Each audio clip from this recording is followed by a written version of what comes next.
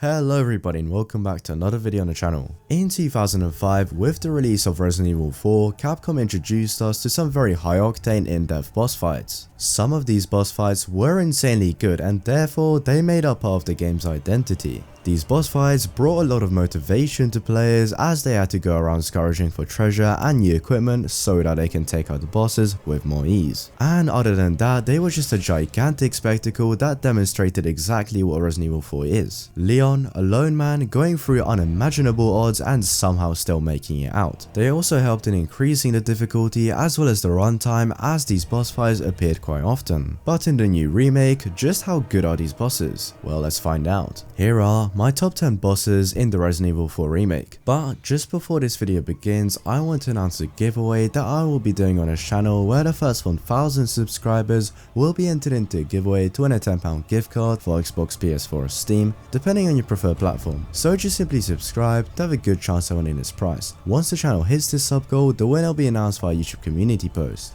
Best of luck. I feel like I have to say this, but for anyone wanting to see these bosses for the first time and experience it firsthand, this is your spoiler warning. Also, may I add, rip my boy E3, like where the hell is he gone?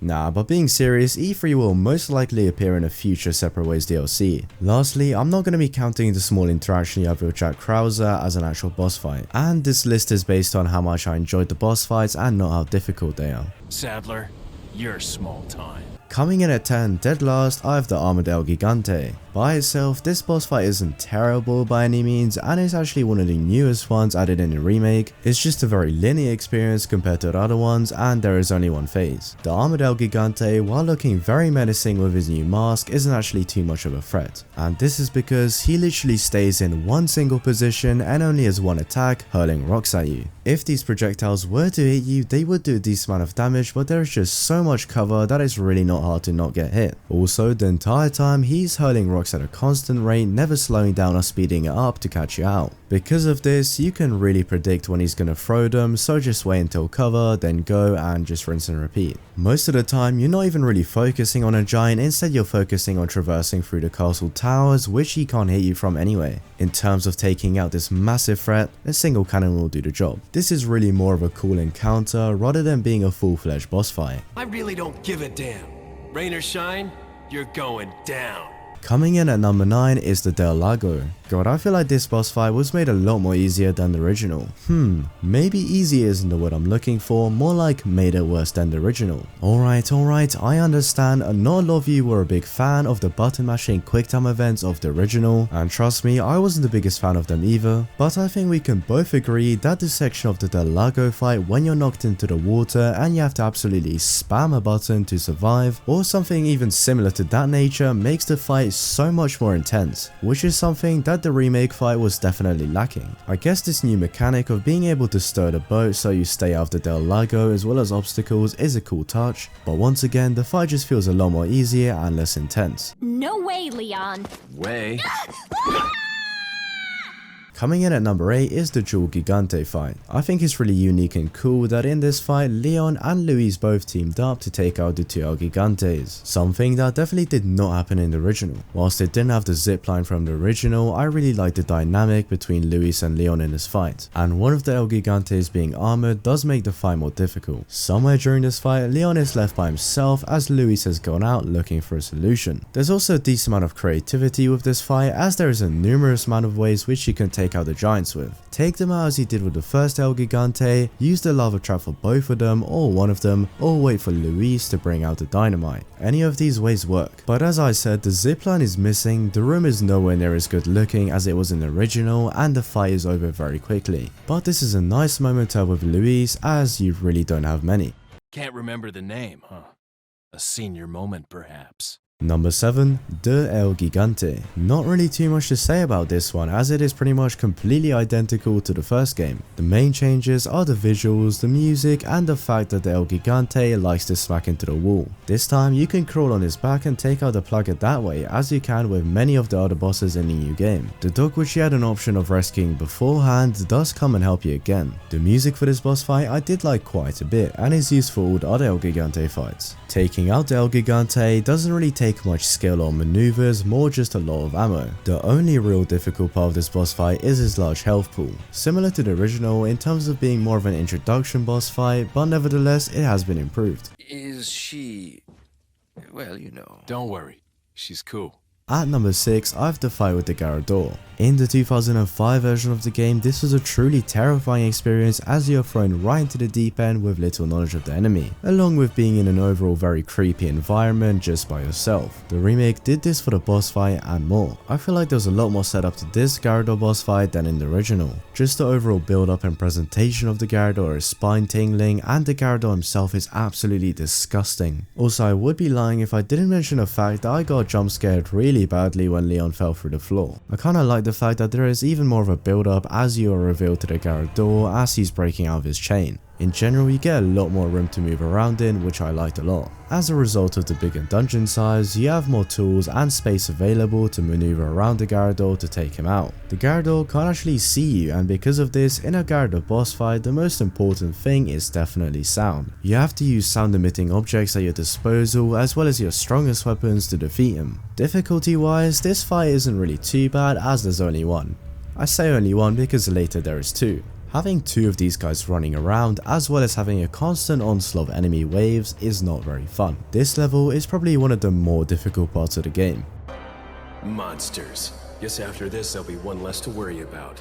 Kicking off the top 5, I have Verdugo. Once again, like the El Gigante fight, it is very similar to the original. The main difference being not using canisters to freeze it, but instead showers. All you had to do was just walk up to the canisters, interact with them, and bam, they'll be frozen. This needed no precision or accuracy at all, but this changed with the remake. You gotta wait until Verdugo actually goes under the shower and then hit the button. But then again, this boss fight is nowhere near as hard as some people make it out to be. This boss fight still has the opening when you're looking through the POV of the Verdugo, which is a very nice touch. Sound design has been drastically improved in the remake and is very much apparent in this boss fight, although I still feel as if the Verdugo from the older Resident Evil game was kind of creepier, but that was probably because I wasn't expecting it to be there at all. But still, even with this boss fight, I had a very stressful situation hearing this thing moving around above me, and the actual model for the Verdugo looks very nice. Honestly, apart from his arms and his headpiece, it looks pretty identical to a Xenomorph from Alien, which is something that I'm glad they were going for as I think it fits the game pretty well. With all of these crazy experiments including pluggers, I'm really not surprised they made some creatures looking like aliens. Oh, and also this fight kind of brings back QuickTime events for a short while, which is appreciated. If you don't need me, then get off my back, old man. Number 4, I put the big cheese himself, Pedro Mendez. Now the boss fight with this guy in the original game was super iconic and very intense, and in this game somehow they made it even more intense and more cinematic. They sort of kept the same idea with the dual floor setup. I do like this idea of a dual floor setup as it adds some dynamic to the boss fight where the attacks that Mendez does change and you can rain hell from above. Once again, like other boss fights, you can actually get out your knife while Mendez is staggered and attack him that way. Throughout the level, if you do a little bit of exploration, you can find some very valuable resources. Once Mendez splits in half and the boss fight goes to phase 2, that's when stuff really hits the fan. This time round, he really likes to keep his distance, hurling stuff at you from afar. These include anywhere from flaming bits of planks to explosive barrels. In this fight, you really have to make sure that you shoot the flaming barrels in Mendez's hands before he can throw them at you. Otherwise, it is a bit of a GG's as he can't exactly avoid them. With the flaming wooden planks, he can throw them at you either straight or in an X shape. This is some effective variety which you need to keep a lookout for as you have to move to different positions for each attack. But in case you don't like the amount of distance between you and Mendez, don't worry, sometimes he swings around which you need to take advantage of with your high powered weapons such as a magnum or a shotgun. Actually thinking back to it, I don't think you can even get a magnum at this point in the game. Oh well. Hasta luego. Starting off the top 3 is Jack Krause. Major Krause manages to throw at you just about every single mechanic in the game. This is the longest boss fight in the entire game by far, and so has the most amount of phases. If anything, you can actually call this a 2-piece boss fight as you have an early encounter with Krause. This is definitely one of the more interesting boss fights as it takes a decent amount of story into account, branching off lore that we are already aware of as well as our previous encounter. The dialogue of this fight takes a deep dive into the relationship between Leon and Krause, Krause. We become aware of what was in his head while he was training Leon, how certain missions that he has been on in the past left him with PTSD, as well as his motives and intentions in joining Los Iluminados. As you step into this war playground crafted by Krause, you have to be careful with every step you take as there are traps everywhere. Not only this, but Krause actually occasionally steps out and fights you himself. I'm not quite sure if this applies to the remake, but I know in the original it was pretty easy to take him out with a knife. This is probably one of the more difficult boss fights, make sure you keep away from the ledges. I knew you'd be fine if you landed on your butt. Pulling up to the number 2 spot is the mastermind himself, Osman Sadler. The music for this boss fight is very intense and exactly meets the requirements which is required for a song to be played whilst you are fighting the leader of a mad cult. This track combined with Sadler's demented religious rambling made for one of the most epic experiences I've ever had in a game. And seriously, this guy will not shut up. He will keep on waffling until you manage to stagger him. A grand boss like Mr. Sadler himself requires a grand arena, and a grand arena is what you play in. In this fight you do have to be moving a decent amount of time to avoid his tentacles. Once you have done enough damage to him, he will move into another phase when he moves away from you and call in his bugs to do his bidding for him. So now you gotta deal with Sadler himself as well as the countless bugs trying to swarm you. But just you wait, there's more. Sadler transforms into an even bigger state where his tentacles are out to get you, but they're the only things out to get you because that's his only attack and he's very vulnerable as he's wide open. But fear not, as with the help of Ada and a mysterious RPG, you manage to take him out just fine. Overall, this boss fight is definitely deserving of the number 2 spot as it manages to pay homage to the original while creating its own epic environment. Where's everyone going? Bingo?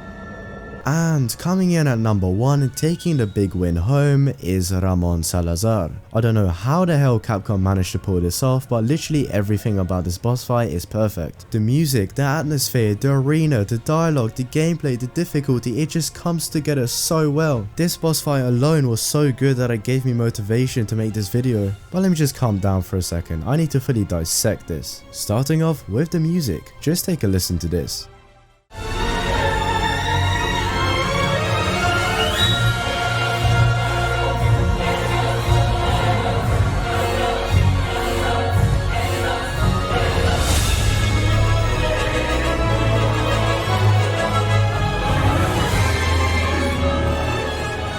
I don't know what kind of perk they were consuming in the studio whilst they were crafting this masterpiece, but I need some. This track is seriously more fire than Mendez when he got turned into grilled cheese. Oh, you already know that the composers were absolutely in the zone while they were cooking that heat. But anyways, the music is kind of good. Moving on to the arena. It's in a sort of desolate part of the castle which we haven't really seen yet. It is virtually completely consumed by the plugger other than the platforms you're standing on, but even some of those have traces of it left. Similar to the Mendez fight, it is a dual platform setup. Interestingly enough, both you and Ramon Salazar make very good use of the arena, while you as a player kind of have to, otherwise you're dead meat. Talking gameplay wise, Salazar makes it his job to make the arena as unplayable as possible by dropping these massive acid bombs, or I guess you can call them sort of mine things, but I'm not quite sure if they explode on proximity or if they explode anyway. But acid is pretty much Salazar's main thing throughout this entire boss fight. Aside from dropping all these mines around the arena, he will also spit acid at you at a very fast velocity, so make sure you get to cover when you can. He also does a close range attack where all of a sudden he will attack you and try and take a bite out of you. Once again, cover being your best friend in this fight. Throughout this very crazy and intense fight, you are constantly bombarded with insecure projections from Salazar. Fun fact, there is definitely a sense of irony in this boss fight, as most of the insults he hears at Leon are actually things he's been called himself.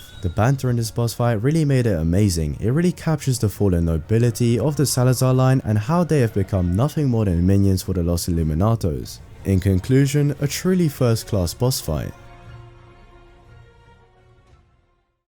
Well guys, this is my top 10 boss fights in Resident Evil 4 Remake. Let me know in the comments what your top 10 list would look like. And as always, make sure to like and subscribe, and I will see you guys in the future. Goodbye.